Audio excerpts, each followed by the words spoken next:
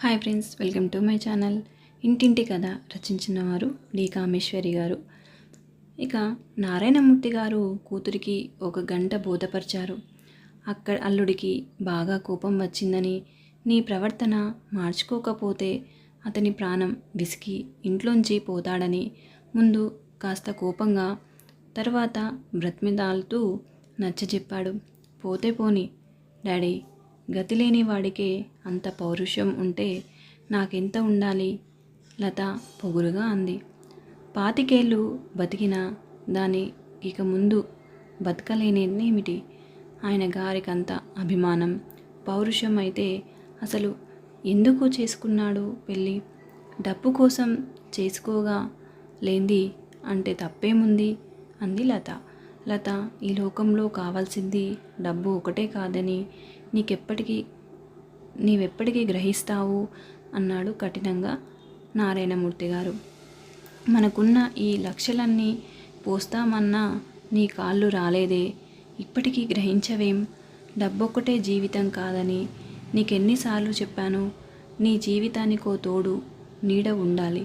రేపు నాకేదన్నా అయితే నీకెవరు దిక్కు? మంచాన పడి ఉంటే నీవు ఎంతమంది నౌకర్లు డాక్టర్లని పెట్టుకున్నా నీ వాళ్ళైనా విశ్వాసంగా ఉంటారా? నీ ఒంటరి జీవితానికో లక్ష్యం కావాలి. భర్త పిల్లలు ఉంటే నీ జీవితానికో గమ్యం ఉంటుంది. నా అనేవాళ్ళు లేని ఒంటరి బతుకు నీ దవకూడదని తాపత్రయపడి ఈ పెళ్లి చేశాను. లత, నీ కడుపున ఓ 2 బిడ్డలు పుడితే ఈ ఆస్తికి ఐశ్వర్యానికి ఓ అర్థం ఉంటుంది. కనీసం నీ బిడ్డలు పెరిగి పెద్దవాళ్ళయ్యే వరకన్నా నీ భర్త నీడన నీ ఉండాలి. ఈ లోకంలో భర్త లేని ఆడదాన్ని గౌరవించదు. ఆ భర్తని నీవే అగౌరవపరిస్తే అది నీకే అవమానం. నీవు అతన్ని హీనంగా చూస్తుంటే, అలా అవమానపరుస్తుంటే అది అతని కంటే నీకే అవమానం. నౌకర్లు చాకర్లు ఎలా గుసగుసలాడుకుంటారో తెలుసా? ఇంట బయట నీ గురించి ఎంత చెప్పుకుంటారో తెలుసా? తెగే వరకు తాడు లాగితే తర్వాత ఎన్ని ముళ్ళు వేసినా అది అతకే. అతని ప్రాణం విసిగి నీ డబ్బుకి ఓ నమస్కారం అని వెళ్ళిపోతే ఆ అవమానం ఎదుర్కోవలసింది నీవు. అప్పుడేం చేస్తావు? మళ్ళీ ఇంకొకరిని పెళ్ళాడతావా? ఎవడు చేసుకున్నా డబ్బు కోసమే చేసుకుంటాడు. అలాంటిది అతనితో ప్రతిదానికి తగవులాడితే నష్టపోయేది నీవే. కొన్ని చూసి చూడనట్టు ఊరుకోవాలి. డబ్బు కట్టుకొని పోం. అడిగినప్పుడల్లా డబ్బిస్తే ఇంకా అసలు లెక్క చేస్తారా? తెరగా వస్తే ఇంకా జల్సాగా తిరుగుతారు. ఎన్నాళ్ళలా ఇస్తుంటాం? బ్రాంగా తింటుంటారు. సూట్లు బూట్లు వేసుకొని కార్లల్లో తిరుగుతూ ఎయిర్ కండిషనర్ గదుల్లో ఉంటున్నాడు. ఇంకేం కావాలి? తను అనుభవించలేనిది అతను అనుభవించకూడదన్న ఉక్రోషంతో అంది లత. అతనికి మాత్రం తన వాళ్ళ మీద ఆపేక్ష ఉండదా? వాళ్ళు కొడుకు నుంచి ఏదన్నా ఆశిస్తే తప్పేముంది? కొడుకుని నిక్షేపంగా సంపాదించి పంపుకోమనండి. మన డబ్బెందుకు ఇయ్యాలి? మొండిగా అంది. ఈ కొడుకు బయటెక్కడన్నా ఉద్యోగం చేస్తే వచ్చే 400-500 వందలలో ఇంటికిచ్చేవాడా? తెరగా వస్తే అందరికీ కావాలి. మీకు తెలీదు డాడీ. డబ్బిస్తూ ఉంటే ఇంకా అసలు నన్ను కేర్ చేయరాయన. ఇంకా ఇల్లు పట్టకుండా తిరుగుతారు. చేతిలో డబ్బు లేదు గనక ఇంటికి వస్తున్నారు. లేకపోతే నా కర్మానికి నన్ను వదిలి షికార్లు కొడతారు కసిగా అంది లత. నీకు తెలుసు అతను జల్సాలు చేయడం లేదని.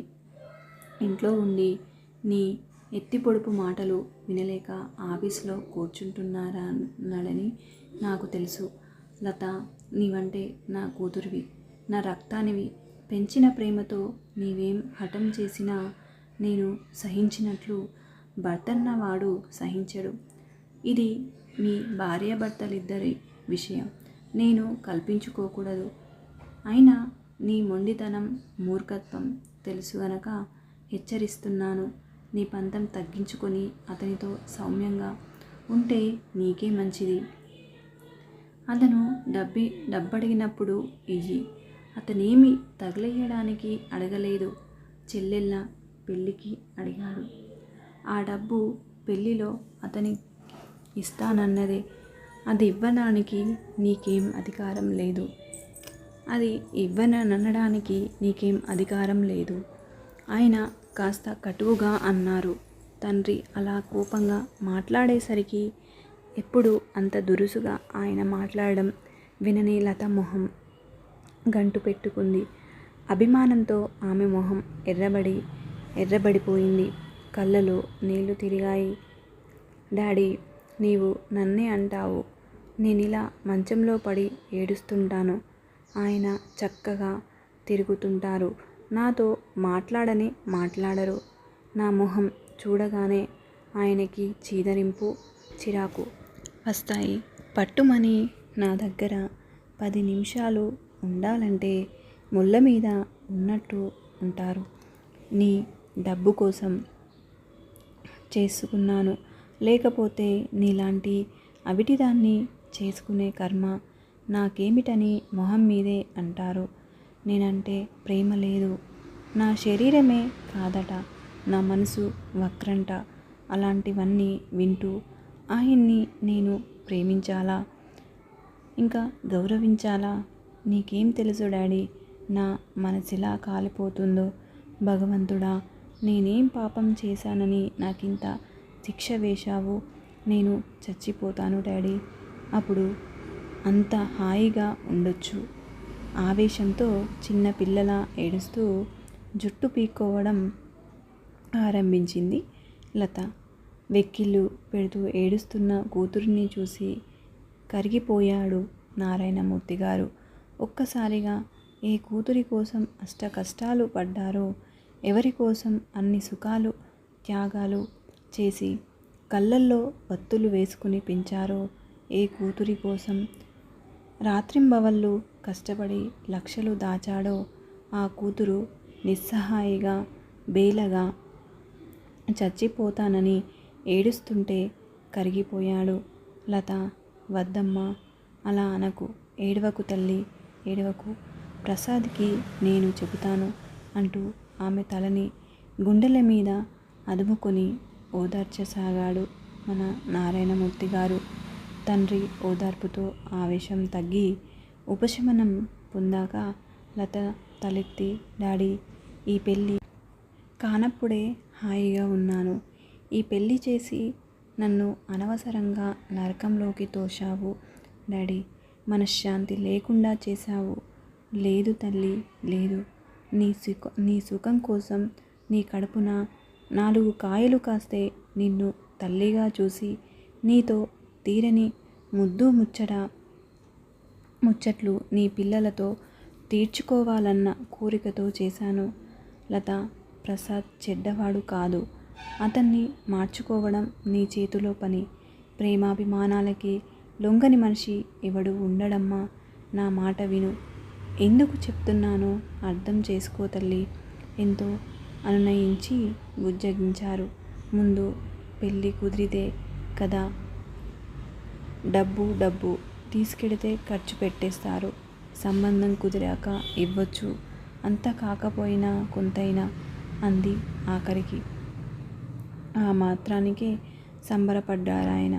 అలాగే, ఆ మాటే చెబుతాను అతనితో అన్నారాయన. ఆ మర్నాడు ఉదయం టిఫిన్ తింటుండగా లతతో చెప్పానోయ్ నిన్న. అలాగే అంది. ముందు సంబంధాలు చూడమను. కుదరగానే బ్యాంకులోంచి డబ్బు తీయడం ఎంతసేపు అన్నారు నారాయణమూర్తి గారు. ప్రసాద్ నమ్మలేనట్టు చూశాడు.